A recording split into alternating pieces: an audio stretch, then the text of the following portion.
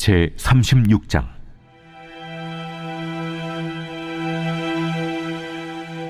엘리후가 말을 이어 이르되, 나를 잠깐 용납하라. 내가 그대에게 보이리니 이는 내가 하나님을 위하여 아직도 할 말이 있음이라. 내가 먼 데서 지식을 얻고 나를 지으신 이에게 의를 돌려보내리라. 진실로 내 말은 거짓이 아니라 온전한 지식을 가진 이가 그대와 함께 있느니라.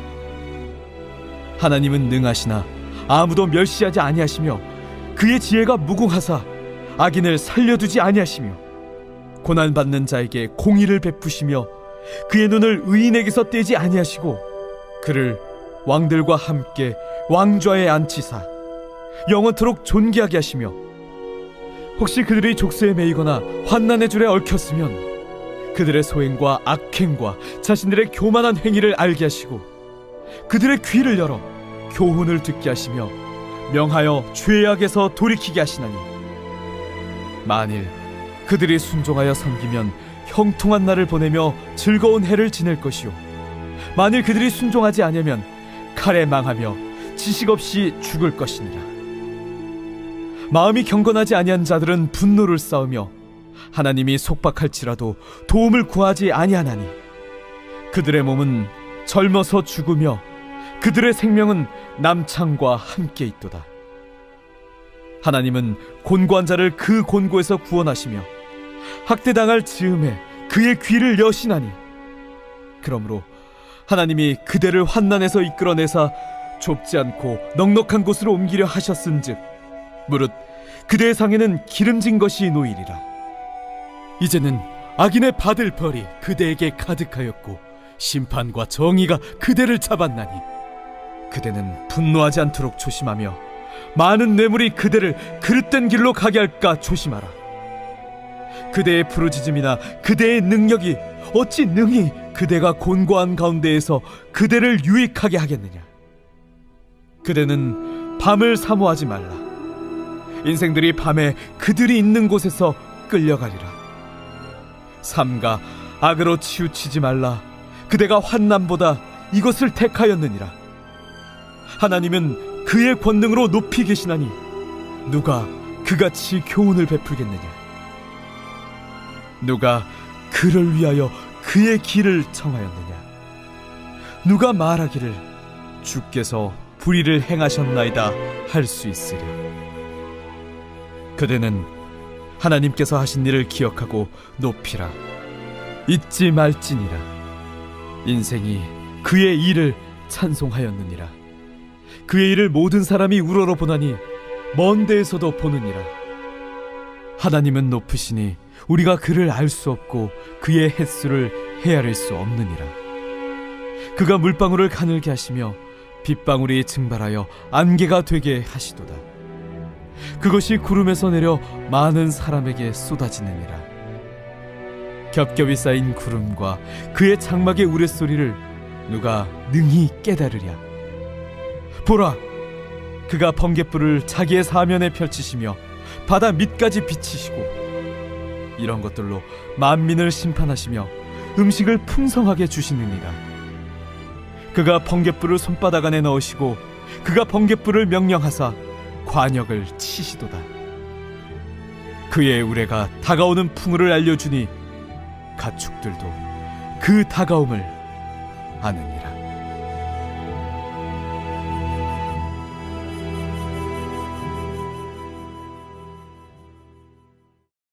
새벽 영성 기도의 시간입니다. 계속해서 엘리후의 이야기가 이어지고 있습니다. 엘리후는 어제 본문에 이어서 오늘도 욥에게 말을 하는데 그 뉘앙스가 조금 달라졌습니다.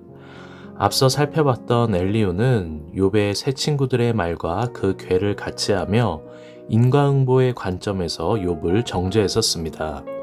그래서 엘리후는 욥기 34장과 35장에 걸쳐 욥을 악인과 함께 사귀며 다니는 자, 악인과 같이 대답하는 자, 헛되이 입을 열어 지식 없는 말을 많이 하는 자라고 비판했었습니다.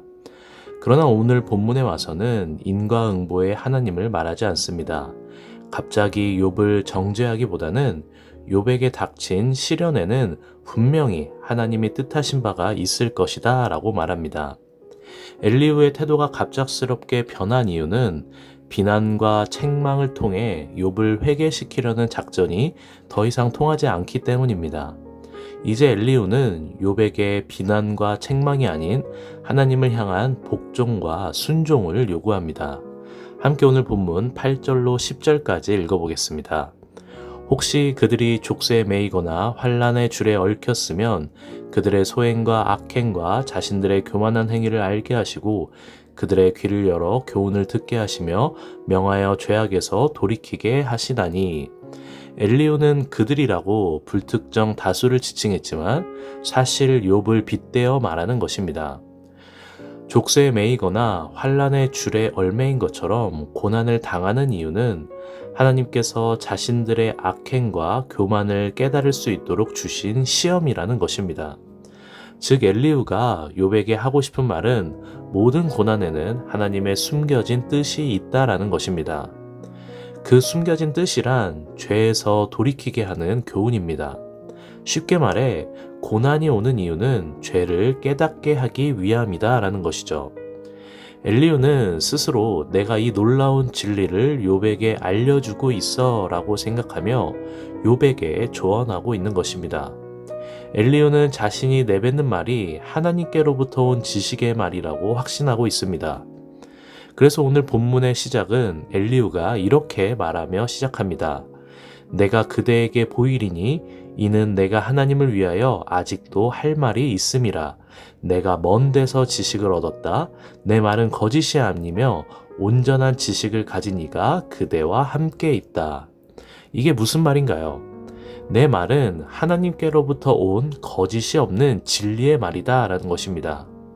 그래서 엘리후는 욥에게 당당하게 이렇게 말합니다. 순종하면 복을 받고 순종하지 않으면 죽을 것이다. 함께 오늘 본문 11절과 12절을 읽겠습니다. 만일 그들이 순종하여 섬기면 형통한 날을 보내며 즐거운 해를 지낼 것이요 만일 그들이 순종하지 아니하면 칼에 망하여 지식 없이 죽을 것이니라. 물론 방금 읽은 말씀은 하나님께 순종하고 섬기라는 말씀입니다. 좋은 말씀이고 맞는 말씀입니다. 그러나 맥락상 이 말씀은 엘리후가 욥에게 이렇게 말하고 있는 것과 다름이 없습니다.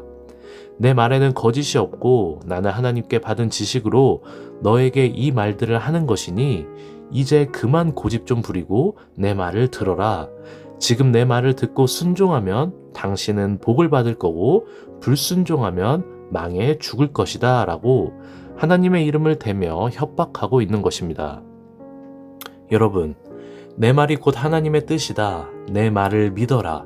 내 말에는 틀림이 없다 라고 말하는 사람들을 멀리 하시길 바랍니다. 이 세상 그 누구도 하나님의 뜻을 온전하게 아는 사람은 없습니다. 그래서 우리는 더욱 말씀을 붙잡아야 하는 것입니다. 우리를 향하신 하나님의 온전하신 뜻과 마음은 오직 말씀을 통해서 깨닫게 됩니다. 환상을 보고 꿈을 꾸고 예언을 하고 방언을 해도 그것이 하나님의 말씀과 대치된다면 선한 것이 아닙니다. 우리는 사람의 말이 아니라 하나님의 말씀을 믿고 살아가는 사람들입니다. 그러므로 오직 말씀이 삶의 기준이 되어야 합니다. 말씀이 삶의 기준이 되고 말씀대로 살아가기 위해서는 말씀을 가까이 해야 합니다. 말씀이 선포되는 자리로 나아가야 합니다. 때문에 날마다 말씀을 묵상하는 그 작은 시간이 소중한 것이며 말씀이 선포되는 예배의 자리가 소중한 것입니다. 하나님의 말씀을 간절히 사모하는 저와 여러분이 되기를 소망합니다.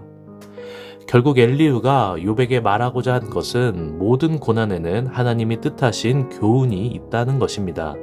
그것이 회개든 회복이든 순종이든 뭐가 되었든 간에 반드시 뜻이 숨어 있다라는 것이죠. 엘리후의 말이 틀린 것은 아닙니다. 하나님은 우리에게 감당할 수 있는 시험만 허락하시며 때때로 찾아오는 고난을 통해 우리는 정금과 같이 연단되기도 합니다. 그래서 누군가는 고난을 통해 하나님께 더 가까이 나아가고 하나님을 알게 되는 등 고난에 관한 여러 간증거리를 듣기도 합니다. 그러나 엘리후가 간과한 것이 있습니다.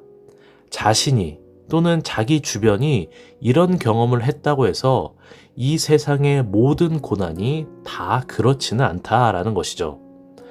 사람은 자신이 경험한 얄팍한 지식으로 모든 것들을 판단하려 합니다. 내가 이런 경험을 해봤으니 너도 별반 다를 거 없이 똑같겠네 라고 판단하는 것이죠. 사람의 이런 본능은 신앙생활 가운데도 똑같이 적용됩니다. 그러나 성경은 욥기를 통해 반복해서 우리에게 말하고 있는 메시지가 있었습니다. 바로 사람은 다 알 수 없다입니다. 그렇다면 우리는 알 수 없는 고난을 만나면 어떻게 해야 할까요? 성도가 고난 속에서 가져야 할 자세는 고난의 이유를 찾고 이해하는 게 아닙니다. 고난이 끝날 때까지 나를 위해 자기 아들까지도 내어주신 하나님 안에 거하는 것입니다. 그래서 성경은 하나님의 그 크신 날개 아래 거하라 라고 말합니다. 하나님이 우리의 요새시오, 방패시오, 피난처가 되어주십니다. 그러기 위해 우리에게 필요한 것이 바로 믿음입니다. 하나님은 나를 사랑하시는 분이라는 믿음, 하나님은 나의 도움이시고 나를 가장 좋은 길로 인도하시는 분이라는 그 믿음, 하나님 안에 있으면 결국에는 승리할 것이라는 믿음, 이 믿음이 우리를 고난 가운데서도 하나님 안에 거할 수 있도록 만들어주는 힘입니다. 사랑하는 성도 여러분, 이 새벽 기도하는 가운데 믿음을 달라고 기도하십시오. 우리 삶에 폭풍우가 몰아쳐도 두려워하지 않고 하나님의 크신 날개 아래 거할 수 있는 믿음을 달라고 기도하시기 바랍니다. 오직 주님만이 우리의 도움이시오 피난처이심을 믿는 저와 여러분이 되기를 주님의 이름으로 간절히 축원합니다. 오늘 공동기도 제목은 주의 종과 청지기를 위한 기도입니다.